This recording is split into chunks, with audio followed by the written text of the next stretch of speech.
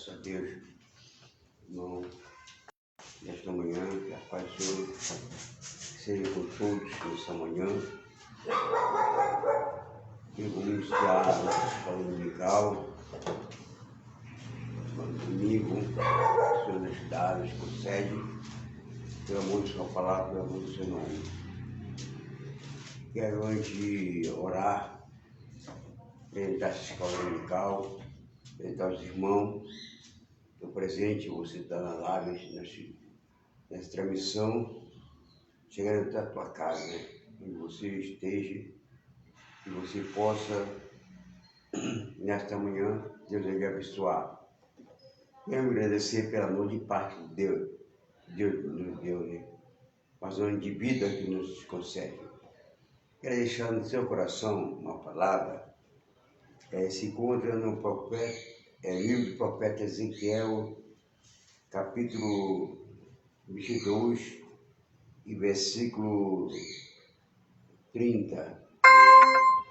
O profeta Ezequiel, o profeta de Deus, foi chamado por Deus, né? Era um profeta que tinha uma visão extraordinária diante de Deus, né? Então esse capítulo, vamos ler, Ezequiel, capítulo 22 e versículo 30, né? Quase o penúltimo versículo da palavra de Deus, Ezequiel 22, 30, que diz assim, o profeta falou: busquei entre um homem que tapasse o muro, se colocasse na brecha perante a mim, a favor desta terra, para que eu não destruísse, mas a ninguém achei. Deus falou para o profeta Ezequiel que Deus procurava um homem que tapasse a brecha, um homem que ficasse no muro perante a mim, em favor desta terra, para que eu não destruísse mais a ninguém achei. Naquele tempo, o profeta Ezequiel falava que quando os sacerdotes faziam sacrifício a Deus, Deus reprovava aqueles sacerdotes, porque não faziam aquilo que agradava a Deus, né?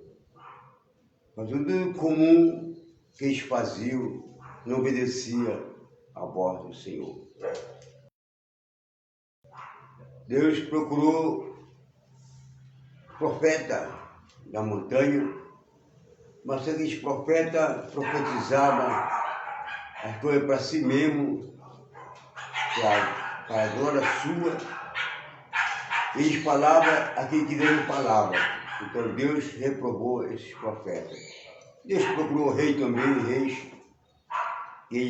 aqueles homens reis que matavam, né? Que tinham mão de sangue, e Deus realmente não reprovou esse rei. Sacerdote, profeta e rei, o Senhor não procurou esses homens, mas nenhum servia a Deus, nenhum foi reprovado por Deus. Vamos falar de Deus, irmão. O único homem que foi obediente é diante de Deus. Abraão. A Bíblia diz que Abraão era um homem temente a Deus. É justo, ele vivia numa cidade idólatra. O pai era idólatra, serviu outro Deus, né? E vários deuses. Mas Abraão tinha um coração temente a Deus e era justo. Então, Deus falou para Abraão, disse: Abraão, sai da tua terra, da tua parentela, da casa do teu pai, vai à terra que te mostrarei, e te farei uma grande nação, e te abençoarei, e te engrandecerei o nome, se tu uma bênção. Partiu, pois, Abraão, como lhe ordenaram o Senhor. Então Abraão foi obedecer a Deus. Deus tirou Abraão daquele lugar para fazer Abraão uma grande nação por ele, né? Como hoje nós vemos Israel, né? Judeu, que era uma nação grande, até hoje está chegando, tem um menor, né? Um homem que foi obediente à lei de Deus, né? Então o homem, o Senhor procurou um homem também que era profeta, o profeta Jeremias. A Bíblia diz que era um homem quebrantado, né? Quebrantado. Jeremias se quebrantava diante de Deus e o homem restaurando em homem como Pedro, né? Aliás, são 4 homens que Deus procurou, né? Abraão como obediente, Isaías como arrependido, se arrependeu Isaías, o homem quebrantado Jeremias e o homem restaurado como Pedro. Então, com esses 4 homens que Deus operou por ele, por intermédio da vida desses homens. Então, por isso que Deus disse assim: procurei o homem que ficasse no muro, na brecha, né? E roubou dessa terra. Então, Deus, por enquanto, só achou esses homens no tempo passado. Hoje, Deus também está procurando homens, mulheres nessa terra. O tempo que vivemos, né? Na época que vivemos, Deus está procurando homem, né? Homem obediente, homem justo, íntegro, né? Dever do mal, e serve ao Senhor. Então esse homem que Deus está procurando essa terra para Deus usar, né? Poderosamente, homem e mulher nessa terra, para ser digno para Deus e mostrar como Deus é maravilhoso e poderoso em nossa vida. Quero agradecer a você, meu irmão, você que é evangélico, você também está escutando agora, está diretamente na sua vida, uma palavra. Seja obediente a Deus. Todo aquele que obedece a Deus alcança seu objetivo. Todo aquele que obedece a Deus e se é abençoado. Todo aquele que obedece a Deus e vai além daquele que Deus mandou. Não é fácil obedecer a Deus. A Deus é difícil obedecer a Deus. A Deus você não vai entender no momento que Deus está fazendo, que Deus está realizando, mas só vai dar explicação no final da obediência em que você possa glorificar Deus e louvar Deus. Então, porque nossa vitória, nosso milagre está ligado na nossa obediência. Se nós obedeçamos a Deus, nós vamos receber nosso objetivo, que é a vitória, né? E a bênção de Deus na nossa vida. Porque obedecemos a Deus, seguimos a sua regra, seguimos o seu estatuto, o seu mandamento. Porque o melhor versículo da palavra de Deus, irmão, que nós temos que colocar nas nossas vidas, irmão, eu sempre coloco esse versículo como um tema central da minha vida. Quando o apóstolo João escreveu no capítulo 14, verso 12, João, né? Diz assim: em verdade vos digo, aquele que crê em mim, para a obra que eu fiz, que eu faço, vou para o maior do que esta. Jesus disse: vou para o maior do que esta, Jesus fez. Porque eu vou para junto do meu Pai, e tudo que pedi em meu nome farei, para que o Pai seja glorificado no Filho. Se vós pedir algo em meu nome, eu farei. E se vós me amar, guardarei meu mandamento. Olha, o segredo de tudo isso, para você vencer na vida, para você alcançar alguma coisa na sua vida, é amar a Deus, né? E obedecer a Deus e guardar seu mandamento. Quando o crente ama a Deus e guarda seu mandamento, você vai receber coisas extraordinárias na sua vida, algo que Deus tem preparado na sua vida. Então, por isso que a obediência de Deus é muito melhor coisa. Fazemos obedecer a Deus, seguir o seu estatuto, obedecer o seu mandamento e amar a Deus. Né? Quando o crente ama a Deus, ele recebe tudo aquilo que Deus prometeu. No versículo 15, 7 de João, diz assim: se vós permanecer em mim, e minha palavra permanecer em vós, pedirei tudo o que quiser será feito. Ó. Então, outro versículo de João 24 e 14. 16, 24. Nada tendo pedido em meu nome, pedi para que vossa alegria seja completa. Às vezes, o Senhor, nada pediste em meu nome. Eu peço, você pede, mas alguma coisa não está correto a ver nosso pedido, né? Diante de Deus. Né? Nós temos que pedir, ver qual é o nosso pedido diante de Deus, para que Deus se agrade a nós e Ele atenda esse pedido. Nada pedir em meu nome, pedir e receberei para que a vossa alegria seja completa. Então, quando pedimos alguma coisa para Deus, que nós alcançamos o nosso objetivo, o nosso propósito, aí sim vem a graça de Deus, aí Deus concede aquela palavra que Ele falou. Né? Porque Deus é fiel para cumprir sua palavra. Deus não mente, né? Deus não recusa, né? Nem lança no rosto a quem quer pede, mas o Senhor dá espontaneamente, espontânea vontade para o crente receber aquilo que tanto pede para Deus, né? Quer alcançar, haver alguma coisa, o futuro do crente, o propósito do crente, né? Para quem seja abençoado, Deus abençoa, irmão. A Bíblia diz que Deus é dono do ouro e da prata, irmão. Não vamos pedir uma coisa, irmão, que Deus não vai aceitar, né? Por acaso assim, ó, Deus, eu queria jogar na Mega Sena. Aí não, Deus não vai se agradar, né? Deus não vai aceitar, né? Mas Deus dá mais além, porque a Bíblia diz em Efésios, capítulo 3, diz: Deus é poderoso para fazer abundantemente, mais além do que pedimos, não e pensamos, mais além, irmão. Então é isso que você vai lá no jogo, na Mega Sena. É mais além do que você pediu, para que o segundo poder gera em nós. Então Deus abundantemente abençoa a nossa vida. E graças a Deus, esta manhã estamos aqui para iniciar essa escola dominical. O professor João vai nos ensinar para gente aprendermos a falar de Deus. Quero nesse momento que você cubra sua cabeça, vamos fazer uma oração diante de Deus e agradecimento ao Senhor Jesus pela noite de paz no 10º. Nós estamos aqui em vida, mas um dia de vida porque o Senhor nos concedeu.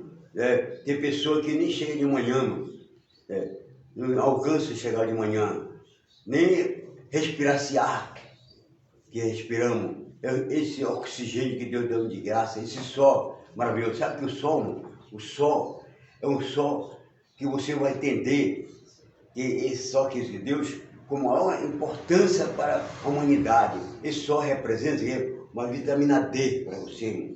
Eu me acordo 8 horas, o sol está bem aqui, ó, no corredor de casa, 9 horas, aí eu fico sentado no sol, pego quase 1 hora de sol aí, bem sol bom mesmo, sol de 8 horas a 9 horas. De meio-dia não serve sol, meio-dia, 1 hora não serve. Esse pode dar câncer na pele. Mas de 8 horas a 9 horas é um sol que você pega a influência do sol, né? Aquela vitamina D na sua vida, né? Melhor vitamina D, né? Para que Deus possa abençoar grandemente também. Vamos orar. Amado Deus, querido Jesus, neste momento, neste instante, Pai, estamos aqui na Tua presença, meu Pai. Vemos no propósito objetivo, Pai Celestial, de receber a Tua palavra, a instrução da Tua palavra em nossa vida, Pai Celestial. Estamos carentes, estamos necessitados, Pai. Abençoa nosso lar, abençoa nossa família, nossos parentes, meu Pai. Deus abençoa, meu Deus, as nossas vidas que estamos aqui nesta manhã, meu Pai. Que eu possa receber com uma grande gratidão diante de Ti, Pai Celestial. Quero agradecer pela noite, Pai do Deus, porque deitamos, Senhor, acordamos, o Senhor nos sustentou pela manhã. ó, pelo fôlego de vida que nos tem dado, Pai.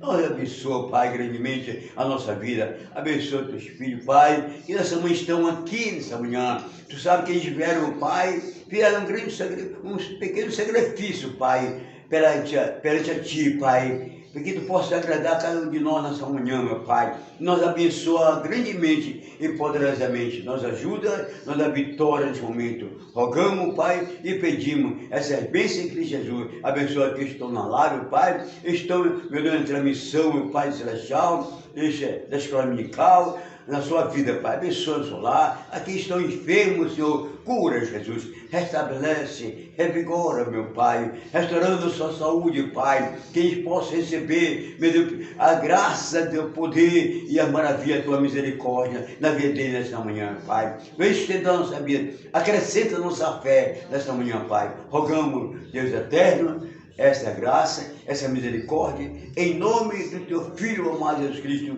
que reina eternamente para sempre. Amém. Amém. Que Deus abençoe você. Vamos ouvir o professor, pastor João, a ministrar a palavra.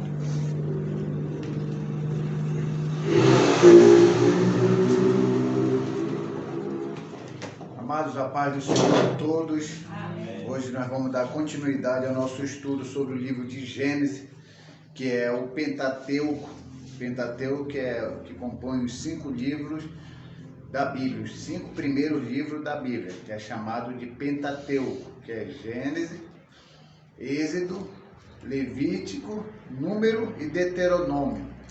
Então, Penta quer dizer 5 e tos, o receptáculo, onde se guardava os rolos, porque hoje em dia nós temos a Bíblia em página, mas naquele tempo era um rolo. E não existia capítulo e versículo, então você tinha que conhecer onde é que estava escrito. Quando Jesus guia o rolo onde estavam as palavras sagradas, ele sabia onde estava escrito sem conhecimento de capítulo e versículo. Quando aqui nós tivermos um tempo de estudar bibliologia, a gente vai entender quando foi que foi criado os capítulos e quando foi criado os versículos. Isso foi para facilitar a nossa localização aqui. Mas a Bíblia original não tinha capítulo e versículo. Você tinha que conhecer realmente. É por esse motivo que os doutores da lei, os escribas, sabiam palavra por palavra que estava escrito na Torá. É por isso que eles eram considerados grandes intelectuais no que diz respeito ao livro sagrado. Então a gente já estudou o capítulo 1, falando sobre a criação.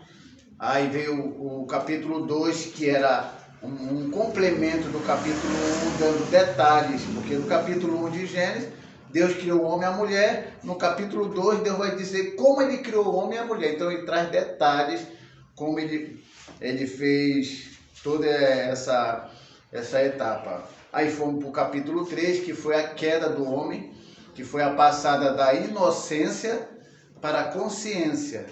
E também lá nós estudamos também que o homem valorizou muito mais a palavra da serpente, do diabo, do que a palavra de Deus. Porque Deus falou para a mulher e para o homem: o dia que vocês comerem, vocês vão morrer. Mas a serpente disse: vocês não vão morrer. Entre um peso, entre uma palavra e outra, pegaram a palavra da serpente e comeram do fruto. Mas não morreram imediatamente. Por uma lógica humana, eles, por um momento, acharam que Deus mentiu. Não, Deus não mentiu, porque Deus estava falando de uma morte espiritual. É como um exemplo simples, é como você tirar uma folha de uma árvore. Quando você tira a folha, ela continua verde. Mas com o passar do tempo, aquela folha, ela vai perdendo a sua vitalidade e ela vai murchando até que ela se acaba. É exatamente isso que aconteceu com o homem. E essa entrada do pecado gerou o quê? A morte. É por esse motivo que o salário do pecado é a morte. Por causa de quem? Adão e Eva. Então, dentro desse pensamento, a morte, morrer é natural? Sim ou não? Sim. Sim. Biologicamente, morrer é natural. Porém, teologicamente, não. Porque quando Deus criou Adão e Eva, ele criou para não morrer. Então, dentro do plano de Deus, era fazer o homem e a mulher para viver eternamente. Porém, desobedeceram, entrou o pecado, aí o homem passou a morrer. Então, biologicamente, é natural o homem e a mulher morrer. Teologicamente, não.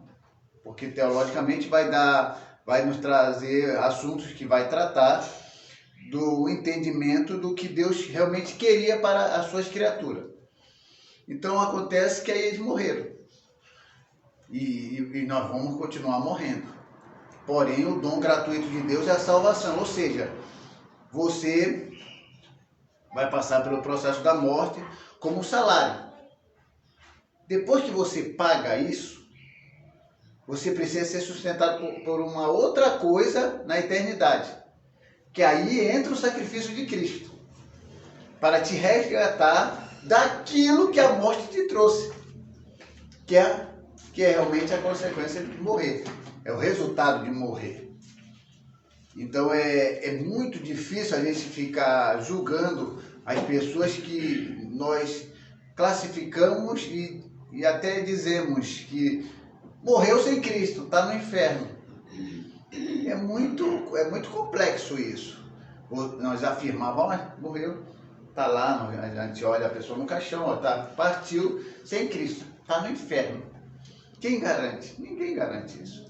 Nós apenas classificamos aquilo que nós podemos perceber partindo do ponto de vista de um ser finito que somos nós. Nós somos finitos nas interpretações e nas complexidades que esse mundo espiritual tem a oferecer. É como se fosse um rio, um grande mar. Você pega uma lanterna e foca aqui. Um grande mar, na escuridão, você foca, você consegue ver aquela parte de mar. Você tirou daqui, foca ali, você consegue ver o mesmo mar, mas em outro ponto diferente. Mas ali não deixou de existir. Então, nós não temos capacidade de ter uma lanterna bem grande, ao ponto de iluminar todo o mar, para ter todo o conhecimento de qual a extensão desse mar. Te vê que a nossa limitação é bem pouquinha, porque a gente só consegue focar aqui. Pega na terra, foca aqui, tem aquele conhecimento. E esse pouquinho conhecimento faz muita gente empinar o nariz, achando que é doutor, achando que sabe todas as coisas, e na realidade nós não sabemos nada em relação ao que nós precisamos saber no seu todo. Então a gente só vai saber de todas as coisas e ter esse conhecimento de toda a extensão desse mar quando nós estivermos diante daquele que criou o mar. Aí você vai saber de todos os mistérios, de todas as questões que você tem na sua cabeça sempre. Poxa, eu não entendi isso aqui. Deus vai te responder. E se você não conseguiu a resposta aqui. Então existe isso aí. Existe esse entendimento. O que acontece, eu estava conversando ontem com o Márcio, com o Jorge, que são aqui o dirigente e o diácono. Eu falei para ele, o que acontece com nós que estudamos a palavra, e que muita gente que estuda a palavra, é que eles têm uma grande dificuldade em dizer, eu não sei.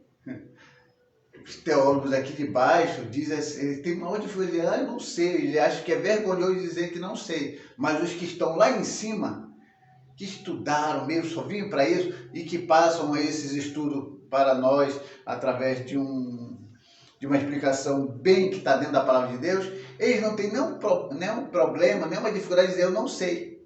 E nós que estamos aqui embaixo, a gente fica meio com vergonha de dizer que não sei e acaba inventando. Quando a gente acaba inventando uma explicação, uma interpretação da Bíblia, só por vergonha de dizer para aquela pessoa que não sabe, é aí que surge uma heresia. Você sabe o que é uma heresia? Heresia é tudo aquilo que é contrário à Bíblia. Você está ouvindo uma pregação, pode ser no púlpito, pode ser de quem for. Se for contrário à Bíblia, aquilo é uma heresia. Porque ele está falando aquilo que não tem na Bíblia. Ele está inventando. Então as pessoas das igrejas deveriam perguntar sempre para o pregador: onde foi que você leu isso? Onde é que está escrito isso? Porque de tanta bobagem que a gente ouve aí nos púlpitos, a pessoa fala uma coisa e você fica assim: eu não lembro dessa história. Eu até sei a história de José, eu sei a história de José, de Moisés, mas ele falou uma coisa que aconteceu com Moisés, mas onde é que está escrito isso?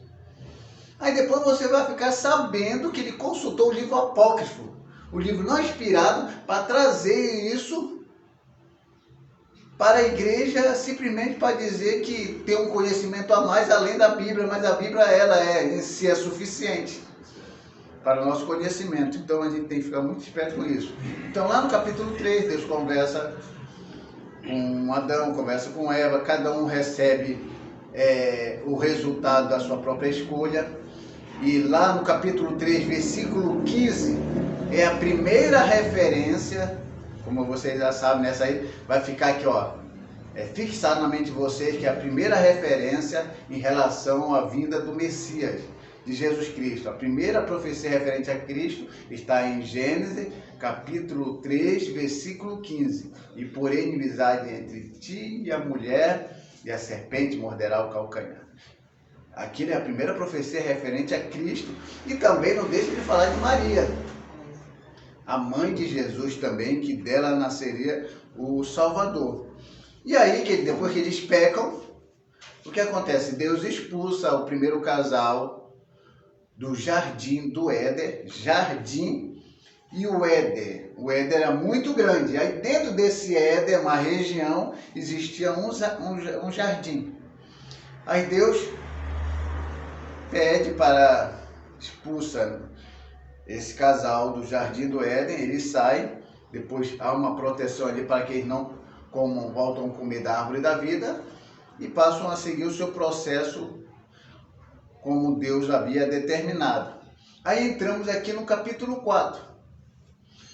Entramos no capítulo 4 de Gênesis, que já vai tratar da vida de Adão e Eva fora do jardim do Éden. No jardim do Éden, inocência. Vai para fora do jardim do Éden, consciência. Agora eles vão ter consciência de tudo o que fazem e de tudo aquilo que acontece na vida dele. E aí aqui no primeiro versículo do capítulo 4 de Gênesis, fala assim: e coabitou o homem com Eva, sua mulher, e esta concebeu e deu à luz a Caim. Então disse, adquiri um varão com auxílio do Senhor. Ok, então no primeiro versículo aqui diz que Adão e Eva, Adão coabitou com Eva, né? Automaticamente se coabitou em relação sexual, já está bem claro aqui, como existem alguns textos, e conheceu o homem a sua mulher. Esse conheceu no grego também é relação sexual. Então, o que acontece é o seguinte: nasce o primeiro filho de Adão e Eva, que se chama Caim. E Eva fica feliz e adquiriu um varão com auxílio do Senhor. Na primeira vista, ela até pensou que esse primeiro varão poderia ser aquele que nasceria dela, que esmagaria a cabeça da serpente. Por um momento, ela achou que Caim seria o Messias prometido. Só que no desenrolar da história, você vai perceber o que Caim fez, e ele não é o prometido do Senhor. Então, esse aqui é o primeiro filho de Adão e Eva, é Caim. Agora, vocês vão ver em outras explicações que Caim e Abel são filhos simplesmente de Adão e Eva fora do jardim do Éden. Vai ter alguns teólogos aí que vão dizer que lá dentro do jardim do Éden eles tiveram outros filhos. Como provar isso? Não tem prova. Porque realmente lá, dentro do jardim do Éden, quando Deus criou Caim e Abel, Deus havia dito, antes de criar Caim e Abel, Deus disse para Adão e Eva que eles iam multiplicar e encher a terra.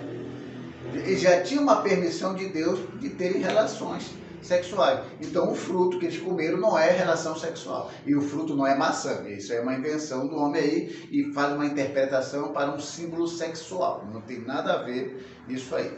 Não foi o fruto, não foi por ter comido o fruto que eles pecaram, por ter desobedecido a palavra de Deus. O fruto é de menos. O que significava era não desobedecer a ordem de Deus. Então eles comeram. Então essa história de que Adão e Eva tiveram filhos e filhas lá no Jardim do Éden, não tem como provar. Alguém pode ler algum texto extra-bíblica, que é algum escrito que não está na Bíblia que vai dizer que teve, mas não teve. Como eu havia dito para vocês sobre a segunda mulher de Adão, Lilith, não tem também nada a ver, que eles pegam lá o capítulo 1, que Deus cria homem e mulher, aí aqui no capítulo 2, Deus cria da costela do homem uma mulher, aí diz que aqui é uma mulher, primeira mulher de Adão, Lilith, e a segunda mulher de Adão, Eva. Quem faz uma interpretação é totalmente desconhecedor da Bíblia. E alguém pode até citar tradições judaicas, mas não tem nada a ver. A gente já sabe que quando no capítulo 1 Deus cria homem e mulher, e aqui cria a mulher da costela do homem, isso aqui é dando detalhes. Da mesma mulher que é no capítulo 1, é a mesma mulher do capítulo 2. Essa Lilith é só da mitologia de alguém que crê nisso, mas não tem nada a ver com a Bíblia. É uma situação de mitologia de alguma coisa, mas não tem nada a ver com a Bíblia. Ainda que alguém cite lá Isaías, porque alguém vai citar Isaías, porque apareceu o nome Lilith lá. Mas só que Lilith lá em Isaías não é o nome próprio. Em outras traduções não traz nem o nome Lilith, traz coruja ou animal noturno. Para caso alguém mostrar, tá aqui, ó, vamos lá para Isaías, como vai mostrar que essa Lilith aqui é a mesma lá de Gênesis, aí você vai ver a Lilith. Aí se você não tem conhecimento, você fala, é verdade, eu nunca tinha prestado atenção que tinha o nome Lilith aqui. Mas claro, é uma questão de uma palavra hebraica que quer dizer coruja, animais noturnos, não é um nome próprio. Então não pode associar essa Lilith com a primeira mulher de Adão. Aí aqui no capítulo 4, versículo 2, continuando, Deus deu à luz a Abel, seu irmão. Abel foi um pastor de ovelha e Caim lavrador. Então cada um deles dois tinha uma profissão. Um cuidava de rebanhos, de ovelhas, e outro cuidava da terra, na parte no que diz respeito aos vegetais e tudo, o que nós sabemos. E o versículo 3 continua. E aconteceu que no fim de uns tempos, então passou bastante tempo, que eles estavam ali. E aconteceu que no fim de uns tempos, trouxe Caim do fruto da terra uma oferta ao Senhor. Abel, por sua vez, trouxe das primícias do seu rebanho e da gordura deste. Agradou-se o Senhor de Abel e de sua oferta, e a passo que de Caim a sua oferta não se agradou. Irou-se, pois, sobremaneira Caim, e decaiu-lhe o semblante. Então disse o Senhor, por que andas irados? Porque decaiu o teu semblante. Se procederes bem, não é certo que serás aceito? Se todavia procederem mal, eis que o pecado jaz à porta, e o seu desejo será contra ti, mas a ti cumpre dominá-lo. Então nós podemos perceber aqui que Deus percebe, Deus dá instruções, é como eu disse para vocês, Deus pode prever as coisas, mas não fixar. Então Deus sabia que Caim poderia fazer isso e matar seu irmão. Deus sabia. Mas ele não fixou, ele vai ter que matar de qualquer forma, porque já está fixado e Caim vai ter que matar Abel e pronto. Se isso fosse verdade, então a Caim não teria escolhas. Ele só deveria fazer o que Deus havia determinado, fixado, como algo futuro. É por esse motivo que eu digo para vocês, cristão não tem destino. Ah, foi o destino dele. Ah, aconteceu, porque estava no destino dele. Porque se está no nosso destino, a gente não tem escolha. Já está no nosso destino, então não tem livre-arbítrio. Então, quem prega assim, Deus te dá o livre-arbítrio para você escolher entre a bênção e a maldição. entre o que é melhor para a sua vida e o que é melhor para a sua vida, o que não é o que é melhor para a sua vida. Se já existe um destino, então para quê? Não existe escolha. Você já está determinado a sofrer aquilo. Agora, se Deus te dá uma escolha, isso quer dizer que quem faz o seu próprio destino é você, pela escolha que você faz. Quem já leu aquele texto? Deus é amor, mas também é justiça. Todo mundo pega aquilo pelo lado mal. Deus é amor, mas depois quando ele te pune, ou Deus te dá todas as coisas, mas quando ele acertar as contas, você vai se dar mal. Ou então você faz uma coisa que Deus não se agrada, ele traz você no anzol. Porque não veio pelo amor, mas veio pela dor. Um monte de ameaça de pessoas que olham Deus que está atrás de uma nuvem com um raio na mão, pronto para te punir, esperando a hora de você errar, como se Deus não soubesse nada da sua vida e ficasse sabendo naquele exato momento. Não, Deus é conhecedor do passado, do presente e do futuro. Não é que o passado, o presente e o futuro está muito longe dele. Está tudo aqui na frente dele. Está tudo aqui, ó. Passado, presente, Deus olha assim. O profeta às vezes fala do futuro para aquilo que Deus fala. E daquilo que ele fala do passado, aquilo que ele tem entendimento. Mas Deus olha o presente e passado, tudo aqui na frente dele. Então, esse negócio de Deus é amor e justiça, não tem nada a ver com Deus estar atrás de uma nuvem querendo te punir. Não. A melhor explicação para esse trecho, que Deus é amor, mas também é justiça, é que Deus é amor, é que Ele permite que você faça o que você quiser. Plante exatamente o que você quiser. Escolha tudo o que você quiser escolher e pense tudo o que você quiser pensar. É o amor de Deus te dando a liberdade para fazer o que quiser. Esse é o livre-arbítrio como nós conhecemos. Porém, Deus é justiça. Deus é justiça porque Ele vai te punir porque Ele te permitiu escolher, porque Ele te permitiu fazer ou pensar? Não. Deus é justiça porque Ele vai, assim como Ele te permitiu você fazer, Ele vai também te permitir colher exatamente aquilo que você havia plantado. Essa é a justiça de Deus. Ele é justo, justiça vem de justo. Você planta milho, Deus disse, Deus olha para você, você quer plantar milho, meu filho? Sim, pois plante milho. Plantou, cresceu, aí Deus chega com a justiça dele, agora você vai comer exatamente o que você plantou, mas eu quero comer maçã. Não, mas como é que você vai comer maçã se você plantou milho? Você plantou milho, você vai comer milho, você vai colher maçã. E a justiça de Deus age exatamente em cima do que eu escolhi, em cima do que eu plantei. O que é que Deus tem culpa? Deus tem culpa de alguma coisa? Então todas as maldades que acontecem no mundo, todas as escolhas erradas que as pessoas fazem, todo o sofrimento da humanidade está na própria humanidade. Deus só está de longe vendo exatamente o povo colher exatamente o que plantou. E alguém ainda tem cara de pau de culpar que Deus é culpado de alguma coisa que aconteceu errado na vida dele.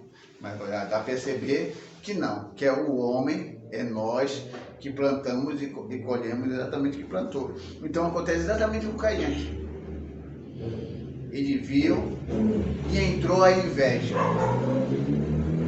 Agora é bom. O que é inveja?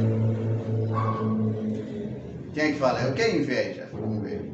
Vamos ver se vocês sabem o que é inveja. Inveja é tudo aquilo que você vê e quer para si.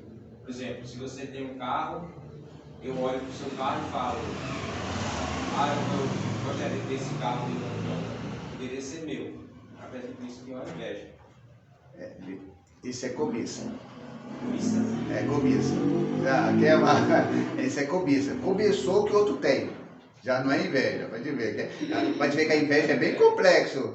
Vamos ver quem é que vai acertar.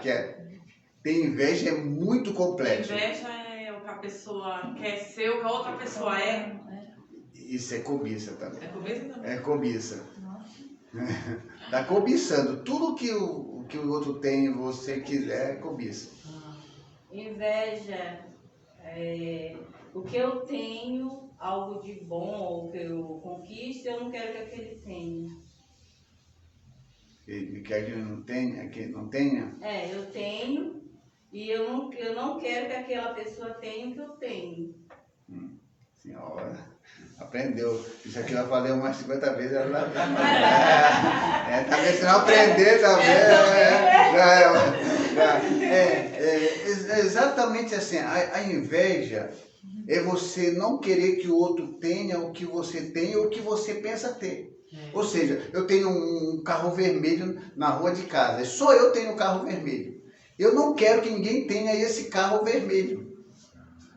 Porque se essa pessoa tiver esse carro vermelho, isso vai me incomodar. Então, se eu estou pensando em ter o carro vermelho, mas ainda não tenho, e alguém vai ter, eu faço de tudo para a pessoa não ter, porque eu estou com inveja. Então, o verdadeiro invejoso é aquele que não quer que o outro tenha o que ele tem. Ou seja, eu coloco aqui uma mercearia e começo a vender muito, aí outro irmãozinho coloca outro ali, eu fico, puxa, aí aquilo começa a me incomodar.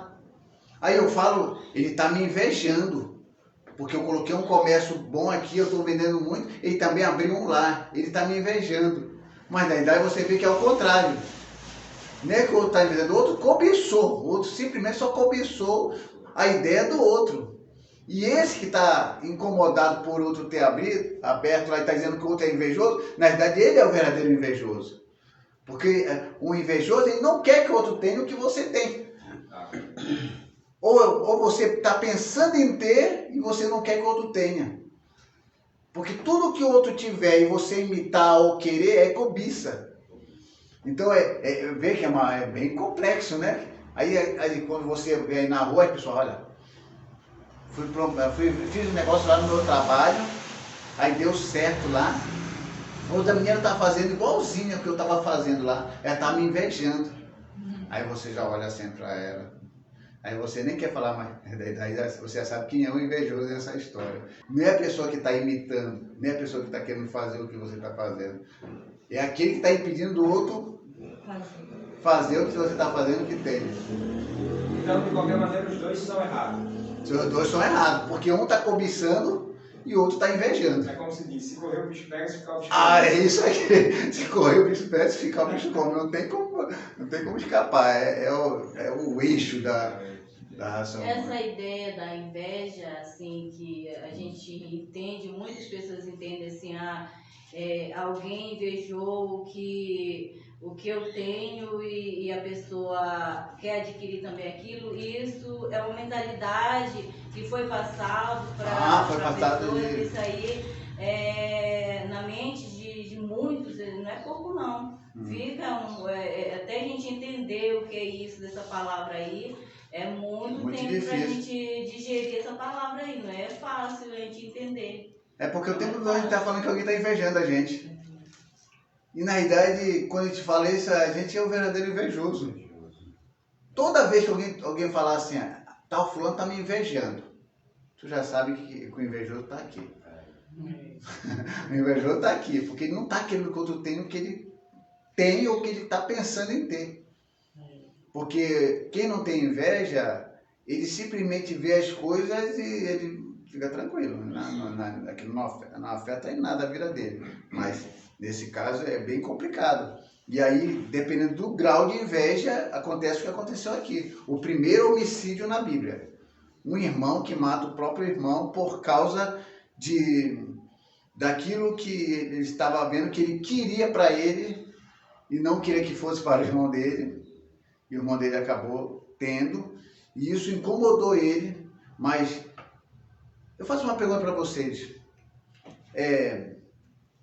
Caim oferece a oferta e Abel oferece a oferta. Onde é que estava o problema? Na oferta ou no ofertante? No ofertante. No ofertante. No ofertante. Porque quando a gente vê com quem Deus conversa, com Caim.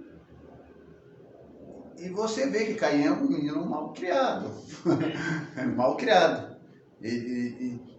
Caim deveria ser um caráter bem...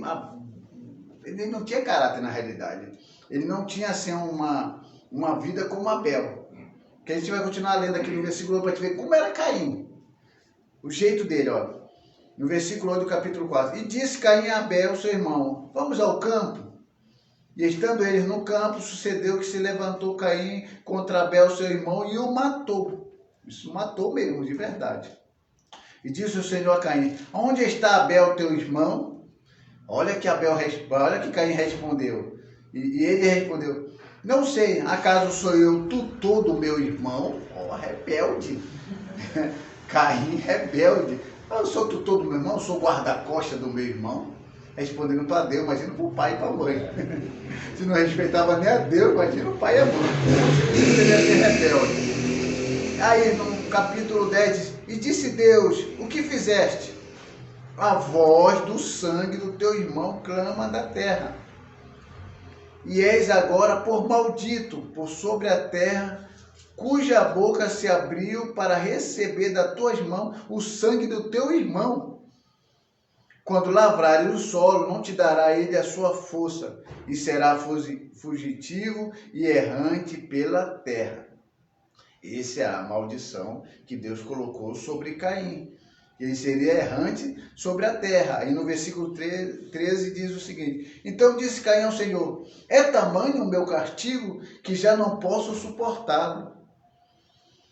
Eis que hoje me lança da tua face e da tua presença, hei de esconder-me e serei fugitivo e errante pela terra.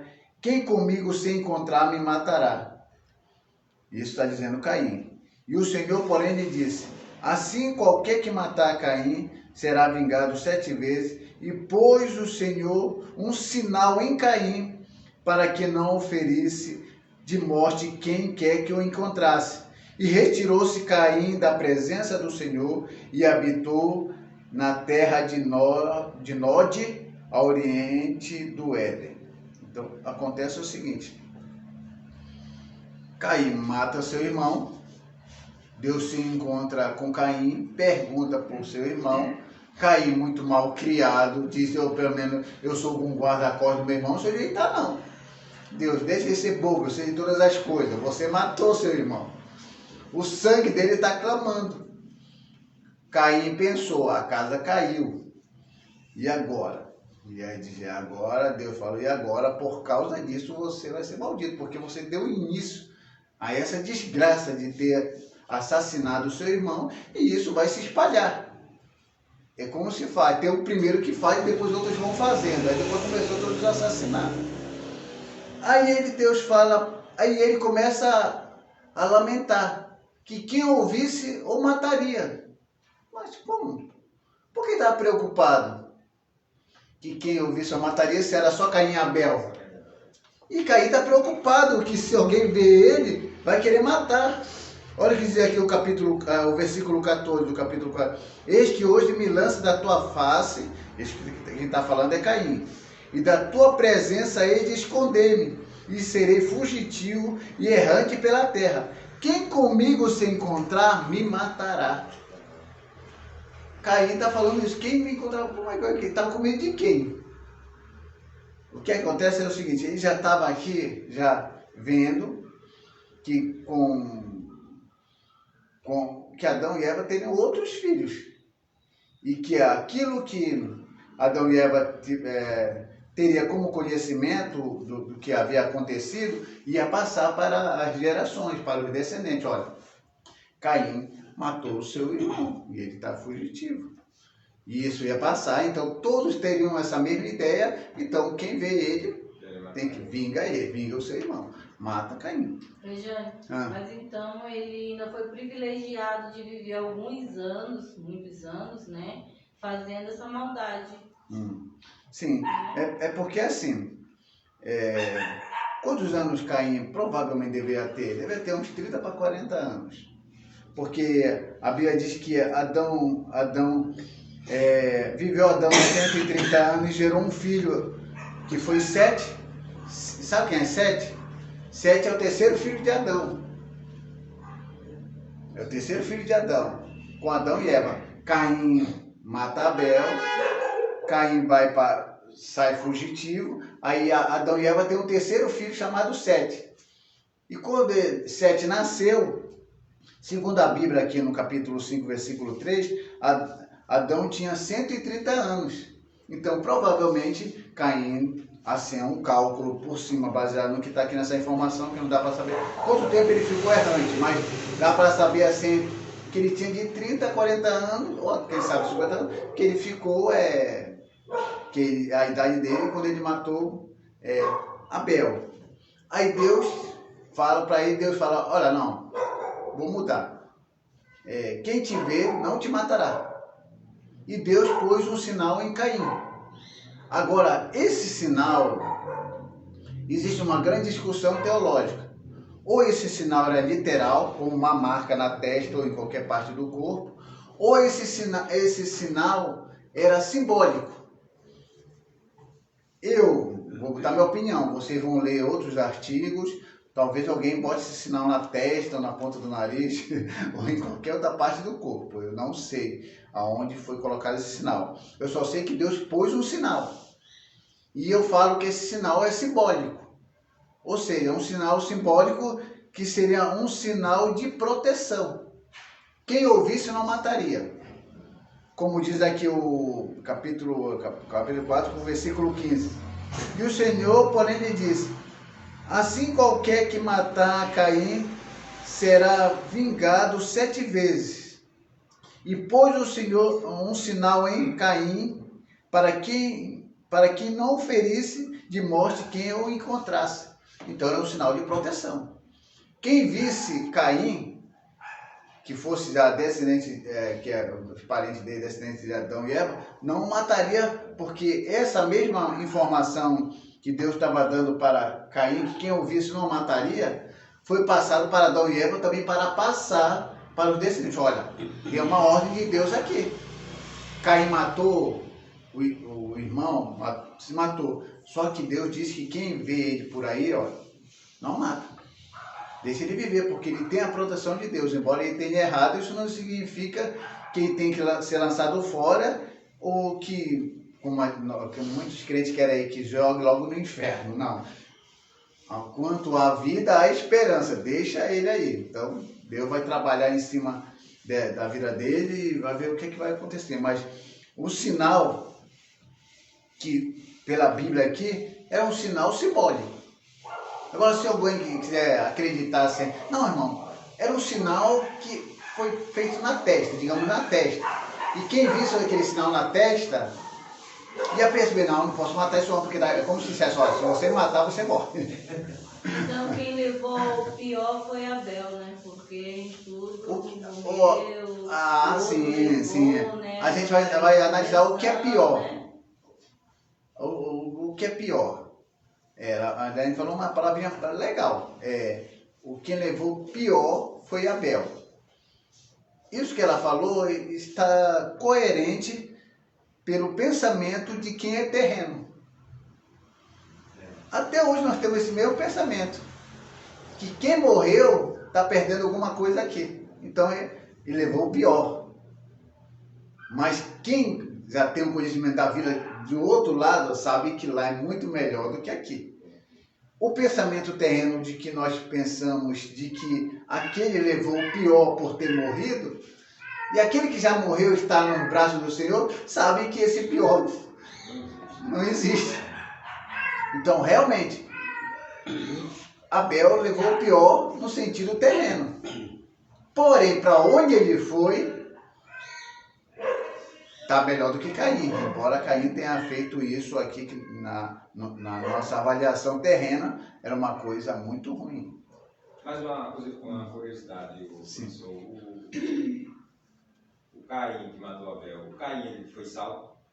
Olha, aqui a Bíblia traz assim, não traz detalhes de convenção, mas traz detalhes de que ele dá início a uma civilização, que a gente vai continuar lendo, a civilização que, dentro dessa civilização, embora tudo tenha se evoluído muito rapidamente, em questão de flautas, em questão de armas de guerra, em construção de tendas, a evolução foi muito grande aqui dentro.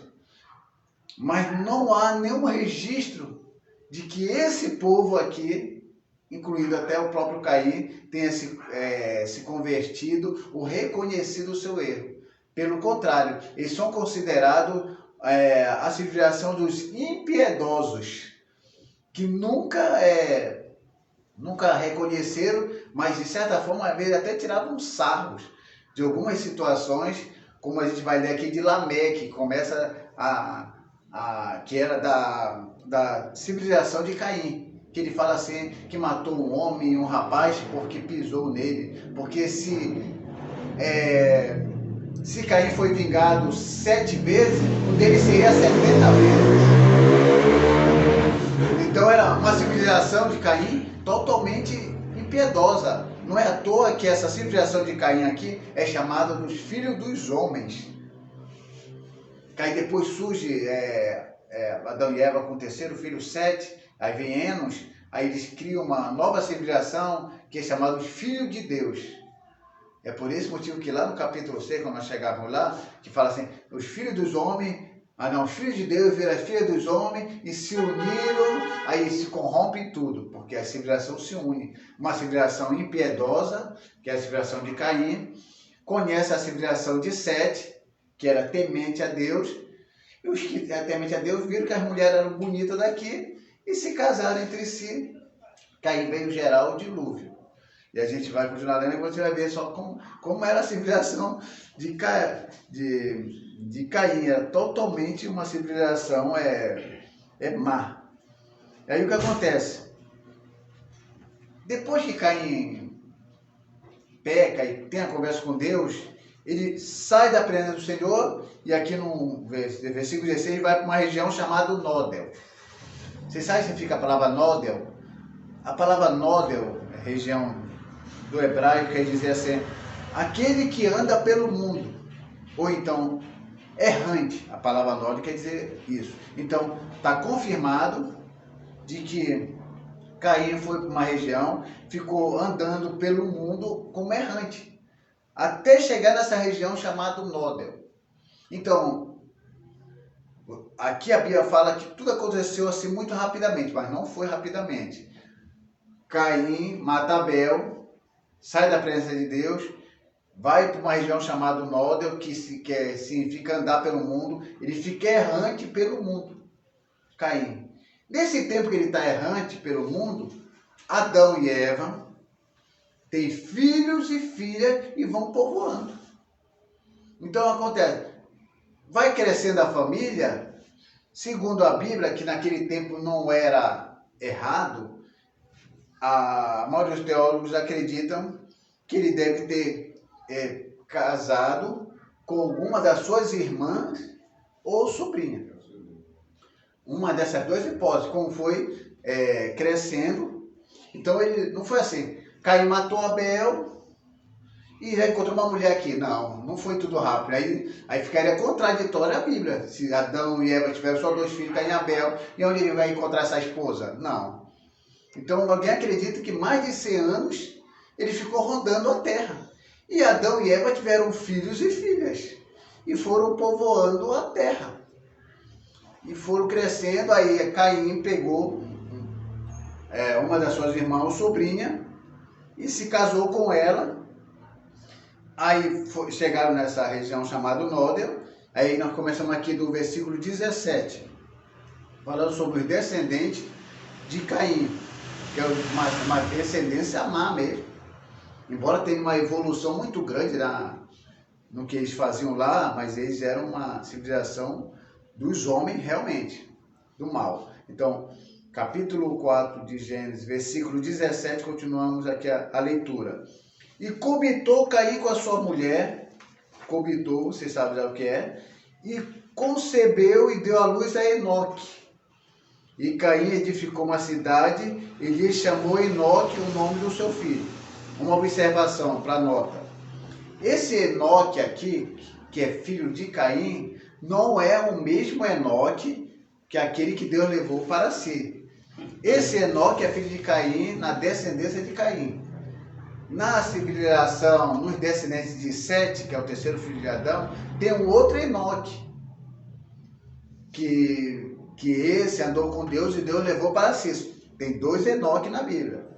Que uma vez um pregador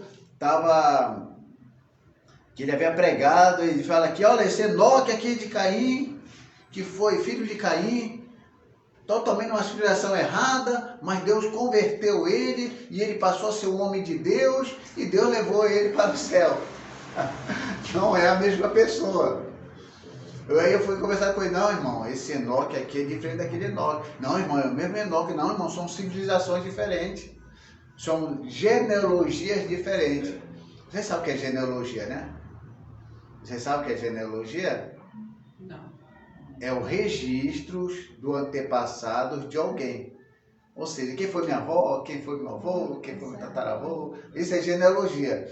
Vai ligando, ó, meu pai gerou tanto, você sabe como é. E isso é genealogia, é o registro do antepassado de alguém. Então, Caim aqui é o registro do antepassado dele.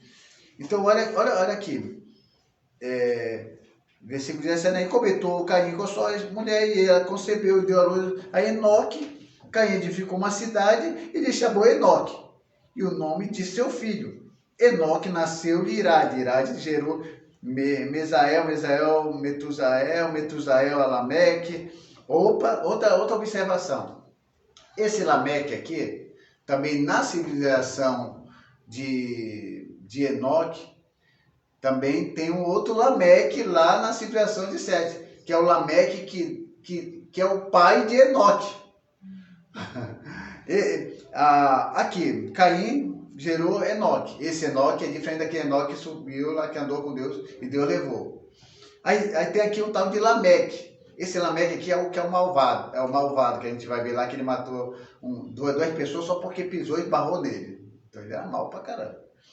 Esse Lameque aqui está na civilização de Caim. Aí tem o outro Lameque, que está ligado a Metusalém, aquele que viveu mais da Bíblia, 969 anos, e que também é pai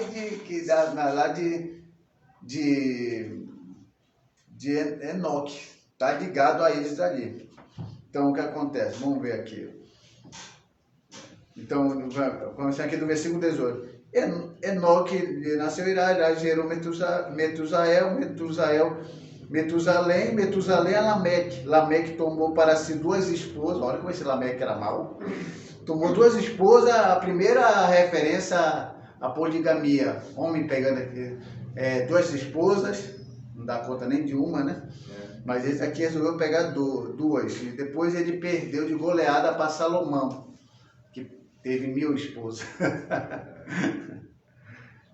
Isso daí não era a ideia de Deus, não. Isso aqui, a ideia de Deus era um homem e uma mulher e viver numa só carne, mas aí sabe como é.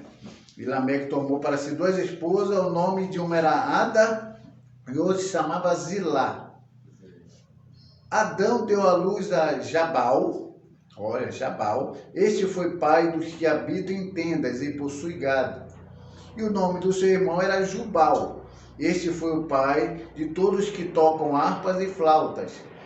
E Zilá, por sua vez, deu à luz a Tubal-Caim, artífice de todo instrumento cortante, de bronze e de ferro, e irmã de Tubal-Caim, foi Naamá.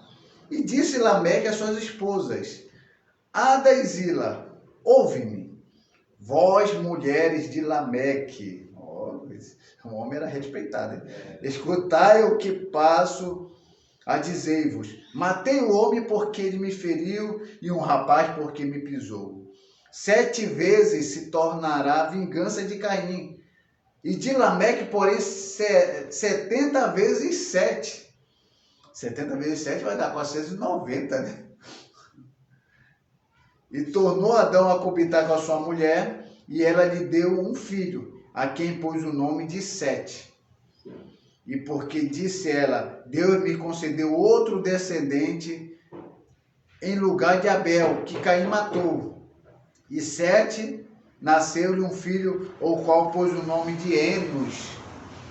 E daí se começou a invocar o Senhor. Olha a diferença. Temos aqui a civilização de Caim, embora se desenvolveu muito bem, mas tinha muita maldade aqui. Aí Adão e Eva tiveram um terceiro filho, Sete, que foi os descendentes da promessa, que ficou no lugar de Abel, e aí começou-se a invocar o Senhor. Não invocar o Senhor no sentido de que eles não criam, mas assim no sentido de que começaram a fazer culto realmente. Começaram a ter uma dedicação mais voltada para isso. Então você já entendeu, tem duas civilizações, né? Civilização de Caim, gente mal, os cainitas. E aqui de Sete, os setitas, que eram piedosos. Então, Caim, filho dos homens. Civilização de Sete, os filhos de Deus. Ok. Essa é a interpretação que é aceita por muitos teólogos. Porém, vocês vão ver por aí alguns teólogos dizendo que os filhos dos homens eram os que estavam na terra. E os filhos de Deus eram anjos. E como diz lá o capítulo 6, que os filhos de Deus viram as filhas dos homens e tiveram relações entre si. Eles dizem que os anjos desceram do céu e tiveram relações com essas mulheres. Testemunho de Jeová. Testemunho de Jeová fala. Tem alguns teólogos da Assembleia de Deus que falam. Tem alguns teólogos da Batista que falam. Da Presbiteriana que falam. É interessante. Eles falam que isso é uma discussão teológica baseado lá em Judas, lá no Novo Testamento. E havendo se prostituído como aqueles anjos indo após outras carnes. É interessante, esse texto é complexo, porque se Judas, lá no Novo Testamento, ali, encostado do livro de Apocalipse, fala que havendo se prostituído como aqueles que eram os anjos, indo após outras carnes, então eles associam esse texto, porque Judas está falando aqui realmente dessa contaminação, e eles fazem associação.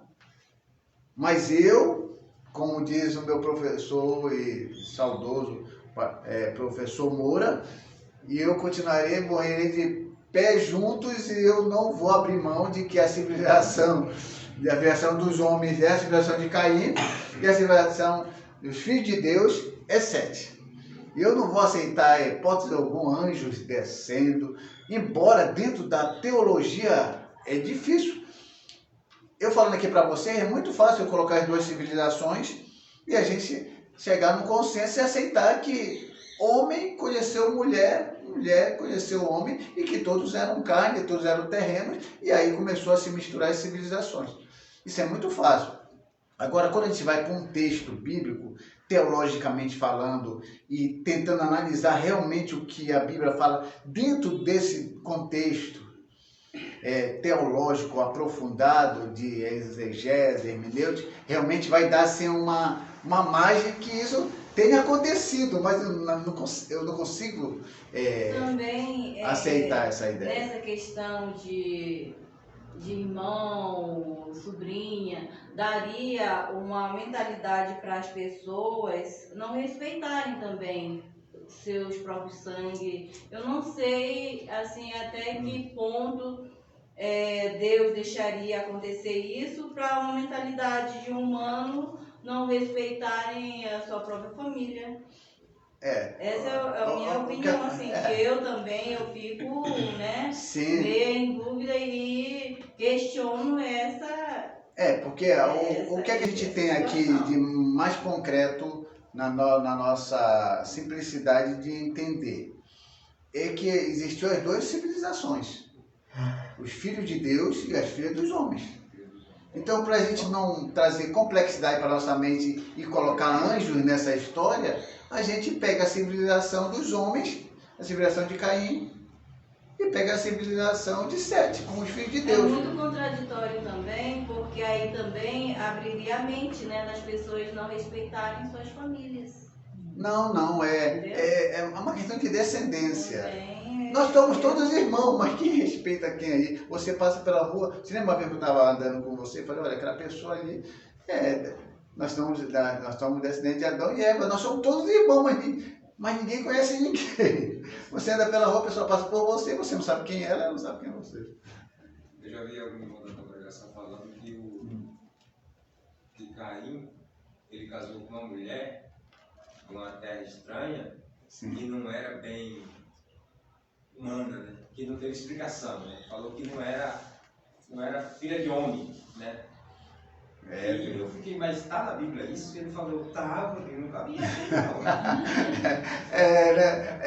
não. Não, porque é assim, você vê como é a teologia em vários pensamentos, né? Com o irmão desse que Caim casou com uma mulher que não era totalmente humana e totalmente trouxe alguma coisa que de respeito a essa modificação na civilização dele, mas ele fez uma boa pergunta. Onde é que está escrito isso? Eu acho que a melhor coisa para a gente entender a Bíblia é saber onde está escrito. Aí depois que está escrito, a gente tem que prestar atenção nas interpretações. E a interpretação da Bíblia, ela tem que estar ligada a toda a Bíblia. Qual é a regra da hermenêutica? A Bíblia explica a própria Bíblia. Não é eu que explico a Bíblia, ela se explica. E aí a gente vai entendendo, porque se eu começar a tentar explicar a Bíblia pelo que eu entendo, então não é o que a Bíblia está dizendo, é o que eu estou dizendo. Então é por esse motivo que muita gente começa a me falar as coisas sobre a Bíblia e fala, é você que está dizendo. Aí a pessoa acha, só você está me ofendendo? Eu digo, não. A pessoa está dizendo que eu estou ofendendo, não, entendeu? Eu só estou dizendo que é você que está dizendo. É você que está falando, não é a Bíblia que está falando. Aí a pessoa acha bem difícil isso. Então o que acontece? Está claro aqui que existem as duas civilizações. Não há como dizer que não existem duas civilizações, porque lá no capítulo 6 vai falar que um se contaminou com o outro, e eles se misturaram. E aí aqui o capítulo 5 diz o seguinte, que aí começa a genealogia, que você já sabe o que é genealogia, né? Que é o registro dos antepassados de alguém, que aí começa a genealogia de Adão. Que aí vocês também vão perceber que também tem um Enoque aqui, e tem um Enoque lá na civilização de Caim, que tem um Lameque lá na civilização de Caim, e que tem um Lameque também aqui na civilização de Adão. Este é o livro da genealogia de Adão. No dia em que Deus o criou, o homem, a semelhança de Deus o fez. O homem e a mulher os criou e os abençoou e lhes chamou pelo nome de Adão, no dia em que foram criados. Viveu Adão 130 anos e gerou um filho à sua semelhança, conforme a sua imagem, e chamou-lhe Sete. Então ele tinha 130 anos quando gerou Sete. Se ele tinha 130 anos quando gerou Sete, Caim já existia. E Abel também já existia. Então a gente vai dar aí uma idade aí de 30, 40, talvez 50 anos, se a Bíblia tiver exata, que a gente vai dizer que é 30, mas como a gente joga, provavelmente a gente não tem um cálculo exatamente quantos anos tinha ali, era Caim quando matou Sete, então a gente deduz. Abel matou, Caim matou Abel, então a idade de Caim seria talvez essa aí. Versículo 4. Depois que gerou Sete, viveu Adão 800 anos e teve filhos e filhas, e todos os dias da vida de Adão foram 930 anos. Ele viveu 930 anos e morreu. Bastante tempo, né? Mas ele viveu 930 anos. Aí depois gerou Enos, viveu 807 anos e teve filhos e filhas. E aqui vem toda a história das gerações. Descendência de Adão. A descendência de Adão. Eu vou ler aqui, vamos partir aqui por 21. Aqui, 21. Versículo 21. Para a gente não ficar lendo a genealogia aqui, que é bem cansativo isso. 21 diz assim, Enoque viveu 105 anos e gerou Metusalém. Ó, Enoque aqui, né? Esse é Enoque. Andou Enoque com Deus e depois gerou Metusalém e viveu 300 anos e teve filhos e filhas. E todos os dias de Enoque foram 365 anos. Andou Enoque com Deus e já era porque Deus o tomou para si. Então Enoque foi pai de Lameque, não foi Lameque que foi pai de Enoque. Nesse caso aqui, Enoque foi pai de Lameque, quando eu falei para você lá, então vai inverter o negócio aqui. Na casa lá, Lameque lá da civilização de Caim não tem nada a ver com esse Lameque aqui. Esse Lameque é da civilização de Sete. Então Metusalém viveu 969 anos. Quem viveu mais da Bíblia? Quem foi o homem que mais viveu da Bíblia? Metusalém. 969 anos ele viveu. E Eva? Para te ver que Eva a genealogia sempre partiu da parte do homem. Da mulher. É, E por que falou sobre Sara, né? Está escrito lá. Infelizmente, né? Nem que a Bíblia seja machista, mas é porque a genealogia sempre partia do homem. Então, Mas fala de Sara, né? Não. É alguém que... Sabe como é, né? É a vida aqui. Então, o que a gente percebe que, no princípio, hoje em dia a pessoa mal chega aos 80, né? E mal chega aos 80. Então, o que acontece? Foi decaindo a idade. Agora, alguém faz umas interpretações que essas idades aqui é a mesma da nossa. Só que naquele tempo, olha, não tem lógica isso. Que aqui não contava anos, contava meses. Não faz sentido. Não está na Bíblia? Não, aqui está falando que é anos, mas só que alguém que interpreta aí, então quer dizer que uma pessoa de 40 anos aqui seria meses, então é uma pessoa de 4 anos, que gerando filhos e filhas, não faz sentido, então é anos mesmo. Porque estava no início do pecado, estava no início da civilização, e a pessoa tinha essa quantidade de anos, e ela foi decaindo. Quer ver? Eu tenho aqui anotado como foi decaindo as idades das pessoas até chegar ao nosso aqui. Ó.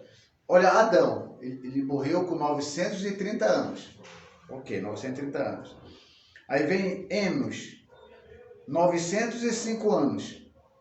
Aí Metusalém deu uma elevada que foi 969 anos, Metusalém. Noé viveu 950 anos. Sem 600 anos. Eben, 464. Abraão, 175. Ó, já caiu bastante. Jacó, 147. José, 110 anos. E aí a gente vai na história e vê que com a continuidade e tudo da raça humana, aí vai caindo a quantidade de pessoas. Então, dentro da civilização dos piedosos de Sete, nasceu a família de Noé. Noé está dentro da civilização dos piedosos de Sete.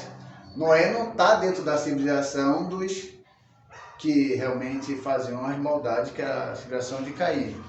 Aí aqui no 31, vamos ler aqui o aquele, capítulo 5, versículo 28,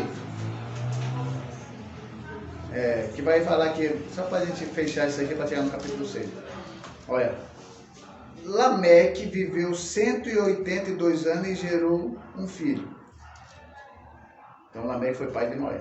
E pôs o nome de Noé, dizendo: Este nos consolará dos nossos trabalhos e das fadigas de nossas mãos, nesta terra que o Senhor amaldiçoou. Depois que gerou a Noé, viveu Lameque 595 anos e teve filhos e filhas.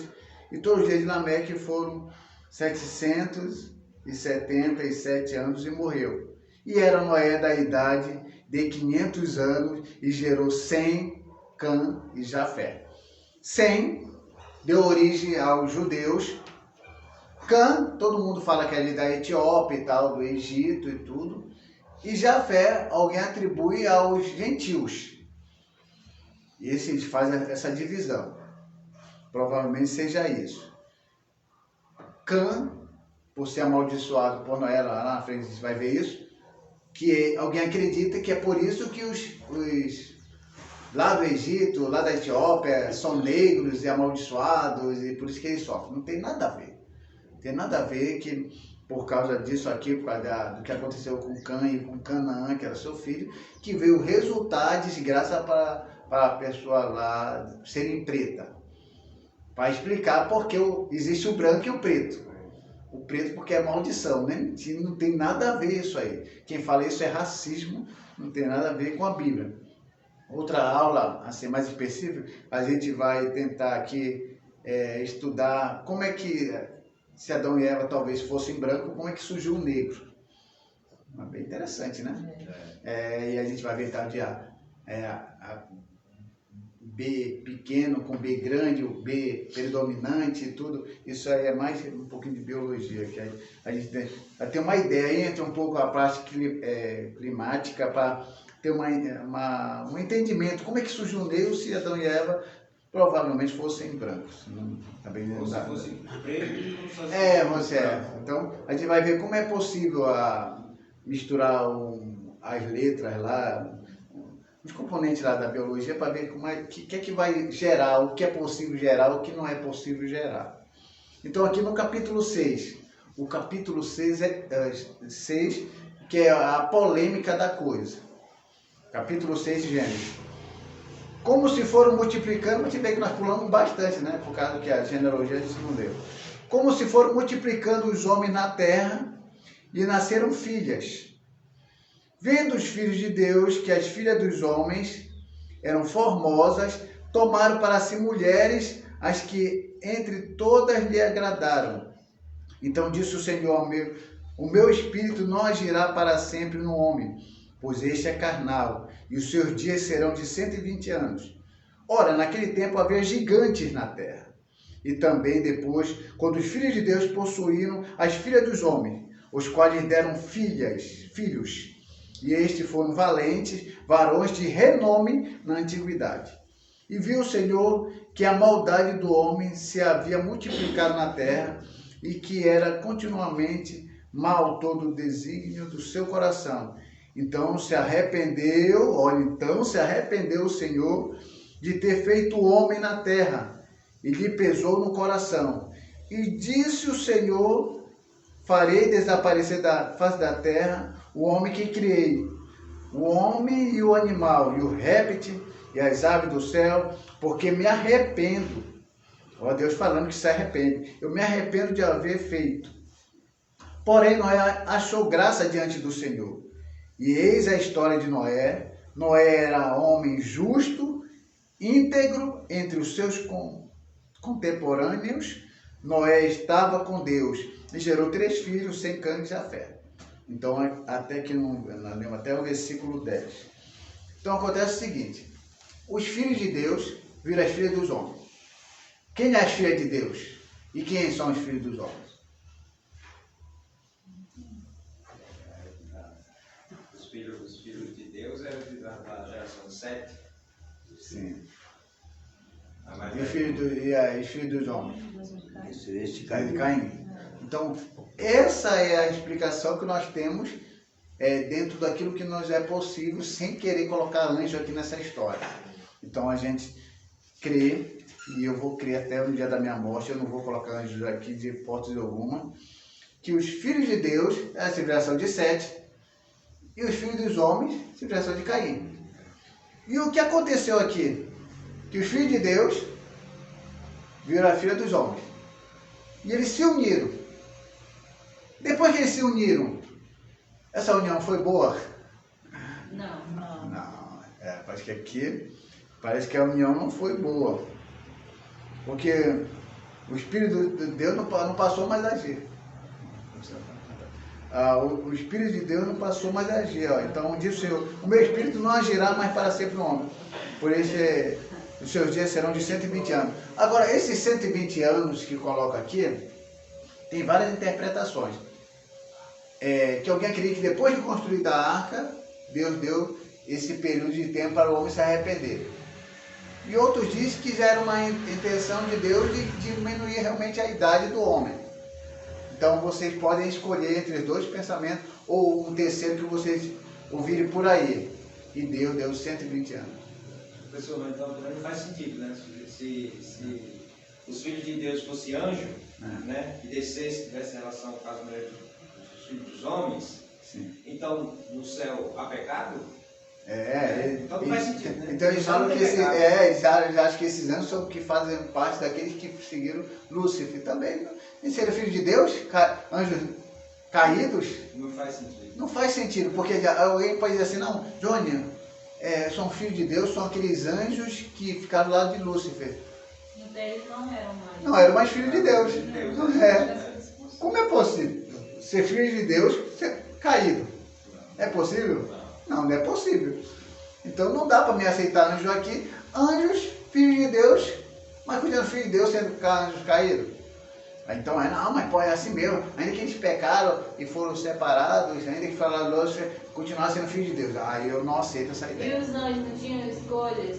Eles não tinham Tinha escolhas? livre-arbítrio. E naquela época eles não desciam, a Bíblia fala que eles desciam Desceu como também, administradores de Deus. Eles desciam aqui na terra. Sim. A gente tem prova também que ele falou com Abraão, né? Que veio Sim, antes mas falar. mas Então assim, também tem isso. E também tem aquela questão da onde vieram os gigantes, né?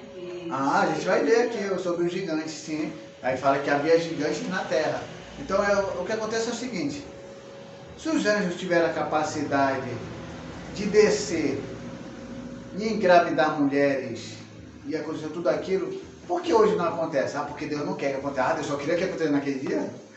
Não, mas também quando foi na cidade de Sodoma, né? Sim. Quando Deus mandou destruir a cidade, não foi 3 varões, não foi 3 anjos lá, né? Sim, foi lá e E destruiu. os homens lá que eram tudo prostitutos, queriam se prostituir com eles. Sim, e ele não, ele também... Pegou eles pra Então, acredito eu que os anjos do Senhor não se contaminam com o povo da terra. Não se contamina, não. E a gente não pode aceitar os filhos de Deus como anjos bons, porque não tem nenhum relato na Bíblia que eles se contaminam. E outra coisa, por que não tem hoje, então, anjos tendo relações com mulheres, engravidando mulheres? Porque Deus não permite? Aí, por que você pode me provar que Deus não permite? E a gente vê que aqui alguém só quer atribuir um caso só. Os filhos de Deus, anjos, tiveram relações, mas em toda a Bíblia, anjos apareceram, se materializaram, comeram, trouxeram mensagem e não se envolveram nunca mais. Eles tinham um livre-arbítrio, né? Tinha, de sim, ficar com Deus, por Sim. isso que Deus não destruiu logo o inimigo, porque para provar, né, que, Sim, não, que eles não, para eles terem a mentalidade que estando com Deus, né, eles estariam ganhando mais, né? E Sim. se eles fossem para a parte do inimigo, então ele tem Sim. livre. É porque assim, como o ateu fala assim, o ateu faz aquela pergunta, Muita coisa que a gente não quem garante que não vai ter uma nova rebelião no céu? O ateu fala assim. Porque se Mas lá eu no garanto céu que não vai tinha ter. Pecado, porque nasceu, né, o pecado em Lúcifer, né? Se no Sim. céu era santo, no céu não tinha pecado. Mas ali é Deuteronômio 9, 29. Da onde vem aquela iniquidade no coração de Deus? Então, eu garanto que não vai haver mais uma outra rebelião no céu. Agora, poderia ser possível uma nova rebelião no céu se Deus tivesse destruído logo em seguida Lúcifer com todos os seus anjos que ficaram lá dentro. A terceira parte, né? Fala. Se ele tivesse destruído todos. Aí ficaria um ponto de interrogação nos anjos que ficaram lá dele. Mas o que foi que Deus fez? Deus é tão sábio que deixou Lúcifer vivo com seus anjos para fazer o que eles estão fazendo, para que aqueles anjos que estiveram lá de Deus vissem o que eles fazem e o que Deus estava falando acerca deles. Que realmente eles são do mal. Eles são do mal. Então, se Deus tivesse destruído, eles não iam saber. Porque eles tinham livre-arbítrio, eles sabiam, eles podiam escolher, eles não são. Porque o anjo não é onisciente, nem onipotente, nem onipresente, nada. O anjo só é aquele servidor de Deus, tem aquele poder que Deus deu, mas ele não tem o poder que Deus tem. Então, por isso que Deus deixou o diabo vivo, E cada dia que passa, porque a gente fala, mas faz tanto tempo, já não provou demais que o diabo é os anjo. anjos são melhores do que nós?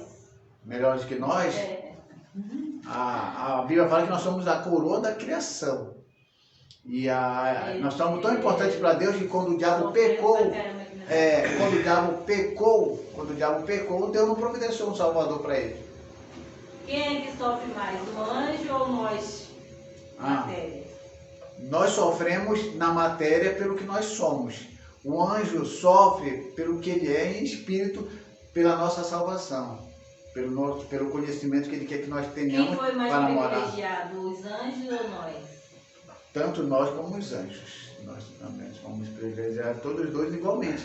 Nós não podemos falar que é os anjos, porque Deus sempre tentou cuidar e orientar o seu povo. Só que ele quer um povo que tenha escolha. Os anjos morrem. Claro que não. E nós morremos. E quem é privilegiado? Mas quem vai? Por quê? Por que nós morremos? Culpa de Deus? Mas quem foi? É o cara do pecado, mas culpa de quem? Quem foi que comeu? Adão mesmo. Deus mandou comer? Não. Deus disse para não Por que comer. respingou sobre nós? Porque nós somos descendentes de Adão e Eva, não tem como mudar isso. Infelizmente não tem como mudar isso. Nós somos descendentes de Adão e Eva. Aí vai entrar aquela teoria assim, somos pecadores porque Adão e Eva pecaram ou somos pecadores porque nós pecamos? Aí tem outra análise. Por que você é pecador? Porque Adão e Eva pecou ou você é pecador porque você peca? Sem ter nada de ligação com Adão e Eva.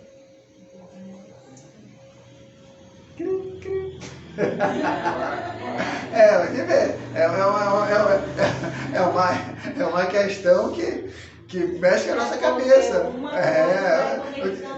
Sim. Hoje nós não somos robô, né? Sim. Falou tudo, nós somos robô. Nós temos escolha para fazer. Então, o que acontece aqui? Aqui no versículo 4. Ora, naquele tempo havia gigantes na terra, também depois, quando os filhos de Deus possuíram a filha dos homens, os quais lhe deram filhos. E estes foram valentes varões de renome na antiguidade. Aí teve a relação de filho de Deus e filho do homem, ficou uma só civilização, e fala que havia gigantes na terra. Alguns teólogos pegam isso aqui literalmente, como sendo gigantes, pessoas muito altas. Mas eu pego aqui e eu entendo que esses gigantes não eram de estatura, eram em nome, de posições. Por exemplo, assim, o presidente do Brasil é um gigante em relação a nós. O presidente dos Estados Unidos é um gigante. Olha como fala aqui, eu vou ler de novo o texto. Ora, naquele tempo havia gigantes na terra. Ok, vamos saber o que é esse gigante. Também, depois, quando os filhos de Deus possuíram as filhas dos homens, os quais lhe deram filho. E estes foram valentes, esses gigantes foram valentes, varões de renome. Que é renome? Na antiguidade, renome. Quantos metros tinha Saul? Saul? Quantos metros tinha Saul? Deve ter 1,10 m por aí. Eu sei que Golias tinha quase 3 metros. Tinha 2 metros e 9 metros. Em relação, se for nesse sentido, sim. Então, tinham 2,92 m, porque... E hoje em dia, em algum, assim, tem pessoas que quase 2 metros e pouco, porque tem aquele homem lá de Minas Gerais, tem a moça também bem alta. Sim. Então, se hoje em dia vem... Não, a pessoa pode crescer. Agora aqui na Bíblia está falando que era um gigante de renome. Eles olham pra gente, é como eles são gigantes perto de nós. Sim. Não é possível a pessoa que um nascer ser baixinho, outro nascer ser alto. Isso aí acontece. Agora aqui, quando fala de gigante, fala que eles eram gigantes em varões de renome. O que é renome? Posição social. O presidente é renome. O presidente dos Estados Unidos é renome. Eles são gigantes no sentido de que o nome dele, a posição social, eles fazem dele pessoas gigantes. E é isso agora. Agora tem teórico que aceita que é gigante meio grande, que quando teve os filhos de Deus tiveram os filhos do homem, aí são gigantes. Quem lê o livro de Enoque, que é um livro apócrifo, vai ler lá que os gigantes realmente tinham quase não sei quantos côvados, 300 côvados por aí. Vai dar um tamanho absurdo, é impossível de ser. Mas alguém acha que é possível ter esses gigantes. Então esses gigantes para mim aqui eram gigantes em posições, em renome, e não em estatura. Existiam pessoas altas? Existia pessoas altas. Existiam pessoas baixas? Sim. Existia pessoa gorda? Sim. Magra, tudo, de qualquer forma. Então eu não atribuo muito a esse gigante aqui como estatura. Só estou dizendo que existe gigante, mas não vou pegar esse texto aqui e vou dizer que por causa dessa relação sexual das filhas de Deus com a filha do homem que começou a ter gigantes na terra. Aí isso já é um outro pensamento, se a pessoa quiser escolher, tem que estudar um pouquinho mais para aceitar. Eu pelo menos continuo ficando com o que está escrito, renomes, só posição. Se tinha pessoa alta ou baixa, ok. Aí fala um texto aqui, o capítulo 6 fala o seguinte: então se arrependeu o Senhor de ter feito o homem, capítulo 6, versículo 6, ter feito o homem da terra e lhe pesou no coração. Deus se arrepende? A Bíblia fala que Deus não é um homem que minta, nem para Deus para que se arrependa, né? E a Bíblia está falando que Deus se arrependeu. E aí, como é que fica? Parece contraditório, né? Os ateus pegam esses textos, porque eles não sabem. Né? Aí eles pegam esse texto que, mas peraí, aqui está falando que Deus se arrependeu. Aí está falando que não vai ser, eu me arrependo de haver feito. E a Bíblia fala que Deus não é homem para se arrepender, não é homem que minta, tal. Como é que fica? Parece contraditório. E aí, vocês falariam o quê? Para tentar justificar essa aparente, não é contradição, mas aparente contradição na Bíblia. Se eu não soubesse, como antes eu não sabia, sim, né, vai. É questão de palavra grega, que alguém pegou essa palavra e traduziu aqui no original, né, pegou o original lá, e o português ele jogou essa palavra aí. Mas na realidade, já no original grego é outro significado, outra palavra. Porque aí no original hebraico vai trazer mais como se entristeceu. Esse se arrependeu, trouxe mais como se entristeceu. E pode entrar nesse sentido de ter se entristecido. Ok. Mas existe uma outra palavrinha que é ruim de pronunciar. Vocês sabem qual é? Vocês sabem? Lembra? Antropomorfismo. Antropomorfismo e antropopatismo. O que é antropomorfismo? Você sabe o que é antropomorfismo? Não estou lembrando. Antropomorfismo é atribuir a Deus característica humana. Tudo que existe em mim, eu quero atribuir a Deus para entender Deus. Aí eu falo que Deus tem nariz, que Deus tem ouvido, que Deus tem olhos, que Deus tem mãos, porque na verdade Deus é espírito. Embora Deus fale que nós somos mais semelhança dele, é mais no sentido racional do que parte física. Então é antropomorfismo, eu atribuo a Deus característica humana. Antropopatismo, eu atribuo a Deus sentimentos, como se arrepender. Deus não se arrepende. Deus totalmente assim, não se entristece pelo sentido como se entristece o homem, mas nós atribuímos a esse sentimento a Deus. Deus pode ter um outro sentimento que nós não conhecemos, mas para a gente entender a Deus, a gente atribui esse sentimento e essas características a Deus, que é antropomorfismo, é bom pesquisar sobre isso, e antropopatismo. Até então eu conhecia mais antropomorfismo, lendo um dicionário do pastor da Assembleia de Deus, não sei o que de Andrade, por aí, eu não estou lembrando o nome dele, e ele trouxe mais essa definição, antropopatismo, que eu achei interessante, que aí vai atribuir também os sentimentos do homem para Deus, para tentar entender a Deus. Então Deus não se arrepende, isso simplesmente é uma colocação nossa. Qual seria do original grego? Aí eles tentam traduzir aqui mais para como se entristeceu. Mas não, mas assim. Não, mas sim. Mas a interpretação. No original hebraico aqui. O hebraico, é não, isso, o hebraico. Eu não sei te Qual falar a seria pronúncia aqui, não a sei te falar a pronúncia. Não sei falar. Então, o tradutor traduziu assim. pelo que ele viu Porque assim. eu já vi pessoas falarem para Sim, mim e eu sim. não sabia responder. Sim, então, mas fala que é Como é interessante. que eu iria responder uma Não coisa fala que dessa a interpretação... Ah, vai, né? Ele falava... mas aí que tá, aí que ele tem que entender uma coisa. Quando você tem um conhecimento e explica aquilo para outro que não tem um conhecimento, você não tem que estar preocupado se ele vai aceitar ou não. Porque se ele não aceitar, o que você pode fazer? Nada. Você vai explicar o que você está ouvindo aqui. Olha, isso aqui, segundo lá na língua original, embora esteja no português se arrependeu, mas lá traz o sentido de se entristeceu. Porque na nossa compreensão, você sabe o que é antropomorfismo? Aí a pessoa fala, não sei, aí você explica. Antropomorfismo são características humanas que nós atribuímos a Deus. É por isso que ele colocou se arrependeu. Deus não se arrepende. Mas como eu me arrependo e eu quero atribuir isso a Deus para me entender Deus, é por isso que esse texto apareceu aqui. Aí vai abrindo a cabeça da pessoa. É tudo uma questão de conhecimento. Agora, se a pessoa não quiser entender, então você não pode fazer nada. Aí pede para a pessoa estudar, ler alguma coisa sobre a respeito, para ver o que exatamente é isso. Então, aqui do versículo 11, para a gente finalizar, do 11 ao 22, que Deus vai anunciar a quem?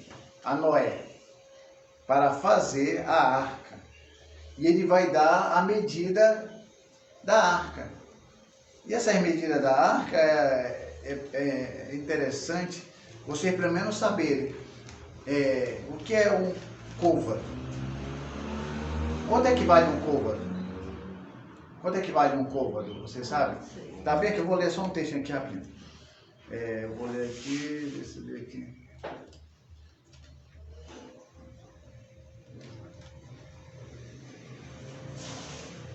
Vou ler aqui o capítulo 6, versículo 14. Capítulo 6, versículo 14 fala o seguinte: fazer uma arca de tábuas de ciprestes, nela fará compartimento e calafará com betume por dentro e por fora. Deste modo fará de 300 côvados, será o comprimento, e de 50 a largura, a altura de 30. Então, e fará de 300 côvados. Então, aqui, isso são medidas que a Bíblia traz aqui. Então, um côvado, ao invés de fazer a medida de um polegar até aqui, até o cotovelo. Esse aqui era um côvado para ele. Então, um côvado seria, pela maioria, 45 centímetros. Então, 45 centímetros é um côvado. Tem alguns que falam que é 46. Tem outros que falam que é 44,4. Mas o mais conhecido é 45. Aí vê o que você faz. Aí isso aqui está falando e deste modo fará de 300 côvados. Você pega 300 e multiplica por 45. Aí você tem uma quantidade, que eu não sou muito bom em matemática para fazer essa conta aqui. Então toda vez que falar um côvado, aí você sabe que um côvado é 45. Aí multiplica por 1. Se for 2 côvados, tá? 300 côvados. Bota 300 multiplicado por 45. 300 vezes 45. É 100 e pouco, é 150 e pouco, né? 300 multiplicado por 45. Deu 13.500. 13.000 não, 13 metros. Aí fala 3.000, mas é 13 metros. 13 metros e meio. 13 metros será o seu comprimento. 13 metros é muita coisa. Aí a altura é 50, aí é 50 côvados. Aí 50 multiplicado por 45. Aí você tem a quantidade. Aí depois vem a largura, que será a largura, e a altura é 30. Então, aí você vai ter por 45, sempre multiplicado por 45.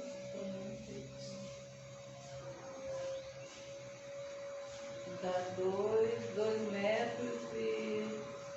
2 metros? Acho que não. Dá 2,250. 12 metros. Então é isso. Então ficou entendido isso. Você pega o côvado e multiplica por 45, para vocês terem a medida. Então, até aqui, Deus está pedindo para ele fazer a arca. É um lugar que não chovia, não tinha os oceanos. E aqui, na próxima aula, a gente vai começar no capítulo 7. E no capítulo 7... Não tinha oceano? Não tinha. Mas como é que Deus, ele... Tinha os lagos, já expliquei a coisa, mas não tinha o oceano. Dividiu Era tudo terra junto. E mar. Sim, terra e mar tinham.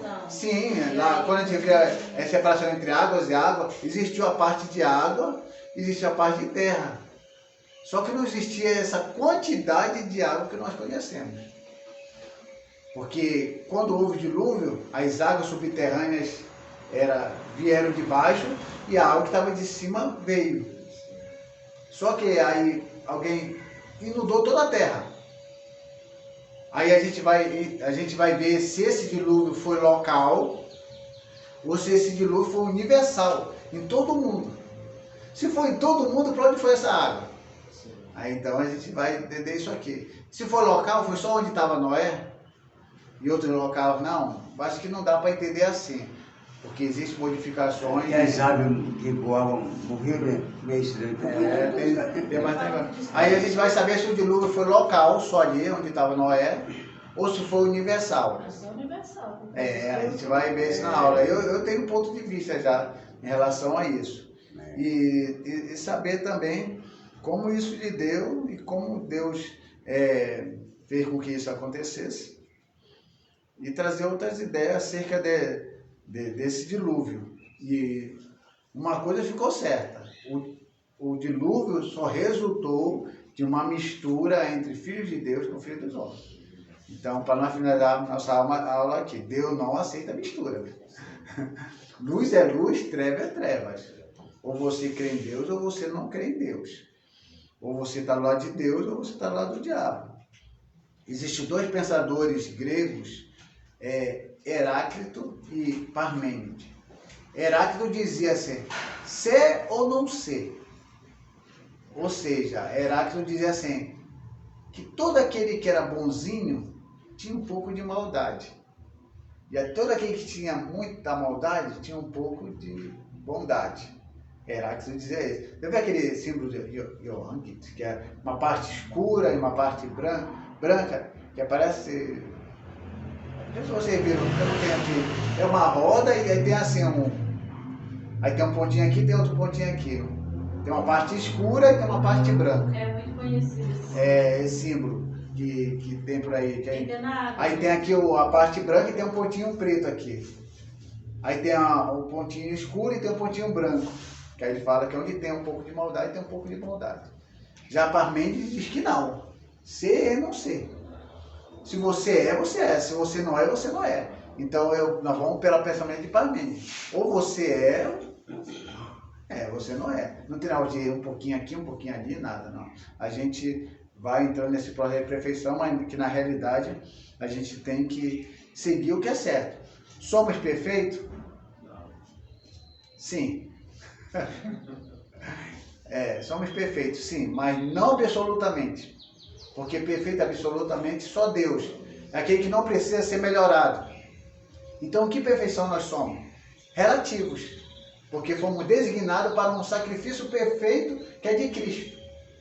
Que nós falamos o já e ainda não. Ou seja, já somos perfeitos, porque estamos no processo de perfeição, que é relativo, até chegar a ser perfeitos absolutamente quando Cristo vier buscar a sua igreja. Então a perfeição ela se divide em duas partes: perfeito absoluto e perfeito relativo. Absoluto, só Deus. Aquilo que não precisa ser melhorado e aquilo que é completo. Perfeito relativo é aquele que está designado para uma perfeição absoluta. É por isso que nós somos perfeitos, relativo. Então é bem interessante saber isso. E quando a gente vai, você é perfeito? Não, porque ele só olha o lado absoluto. Realmente, é verdade. Nós não somos perfeitos absolutos, mas relativo sim. Porque estão designados para esse sacrifício perfeito que foi o sacrifício de Cristo. Esse sacrifício é perfeito, mas nós estamos ligado a Ele. Então, nesse processo, até atingir essa perfeição, que é o sacrifício vivente de Cristo. Eu vou passar aqui para o presidente da Igreja Primitiva, o próximo, para fazer o encerramento. Próximo, qual é o... É o capítulo 7. É o capítulo 7. Capítulo 7, que já vai falar da arca e os processos ali do dilúvio. Deus abençoe a Só todos. Deus mais uma etapa final que nós estudamos a falar de Deus, né? Hoje à noite nós temos culto a ceia do Senhor, né? Vamos celebrar a ceia do Senhor hoje à noite. E agora vamos cantar o hino escolhido. Aquele do Johnson, né? Eu esqueci o nome desse cantor, o escolhido, o nome. O hino escolhido. Então, vamos de pé, agora vamos falar. Deus, agradecer a Deus por esse momento maravilhoso que Deus nos concedeu. Amado Deus, querido Jesus, queremos agradecer, Pai, por este estudo maravilhoso, Pai, que o professor João está nos ensinando, instruindo, Pai, para que possamos aprender a Tua palavra. Começamos do livro de Gênesis, Pai Celestial. Deus, meu Pai, até o dia que eu sei qual é, meu Pai, o tempo, meu Pai Celestial, mas Tu és o Senhor que pode todas as coisas, Pai. Abençoa Tuas filhas, Pai, Teus filhos, que chegaram até aqui nesta manhã, meu Pai. Abençoa abundantemente, grandemente, poderosamente os seus filhos, Pai Celestial, o seu lar, a sua família, Senhor da glória, a sua vida, Pai Celestial. Deus abençoe grandemente. Recebe nossa bênção, nosso sacrifício diante de Ti, Pai. Completa a Tua obra gloriosa na nossa vida, Pai. E abençoa cada um, Pai. Agradecemos, Pai, também abençoa aqueles que estão na live, Senhor, que ouviram essa palavra, Pai Celestial, endereçar a sua vida, Pai. Agradecemos e pedimos essa bênção de Jesus, que vive, reina eternamente para sempre. Amém e amém. Que Deus abençoe a vossas vidas nesta manhã, e você está lá com Ele, abençoe. Receba a tua bênção, a tua vitória. Amém. Amém. Amém. Deus abençoe, irmão. Amém.